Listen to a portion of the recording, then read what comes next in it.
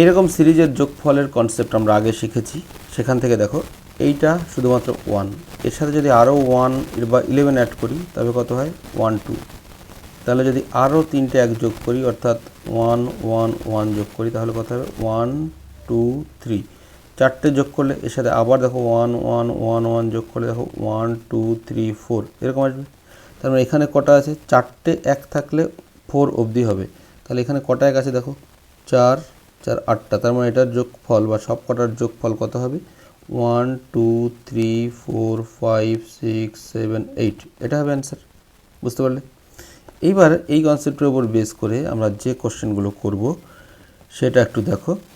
এটা আমরা under root জানি, 1 এর আন্ডার রুট 1 প্লাস 1 টু 1 এর আন্ডার রুট 11। এটার আন্ডার রুট করলে কত হবে যত অবধি আছে 1 2 3, হাইয়েস্ট যে সংখ্যাটা আছে ততগুলো 1 অর্থাৎ 1 1 1 তিনটে হবে এখানে।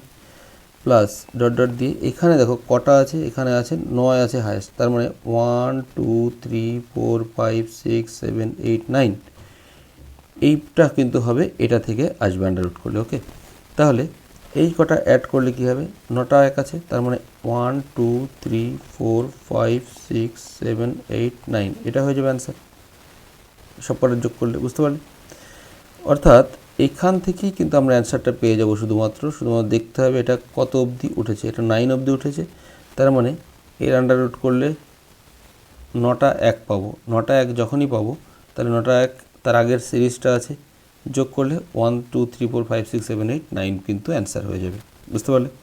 একই টাইপের কোশ্চেন, এটার অ্যান্সার কত হবে, এটা থেকে আন্ডার রুট করলে কত আসবে 1 2 অর্থাৎ দুটো 1, পরটা থেকে 1 2 3 অর্থাৎ তিনটে 1 1 2 3। এটা থেকে কটা 1 আসবে, এটা থেকে আসবে কিন্তু ডট ডট দিয়ে 7টা 1 অর্থাৎ 1 2 3 4 5 6 7 এটা।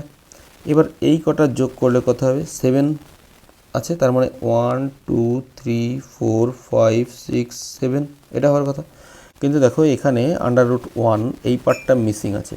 অর্থাৎ এখান থেকে একটা 1 যদি আমরা অ্যাড করি তবে সেটা কিন্তু 7 হবে। যদি এই একটা মিসিং থাকে তাহলে কি হবে এখানটা 7-এর জায়গায় 6 হয়ে যাবে। অর্থাৎ অ্যান্সার হবে 1 2 3 4 5 6 6।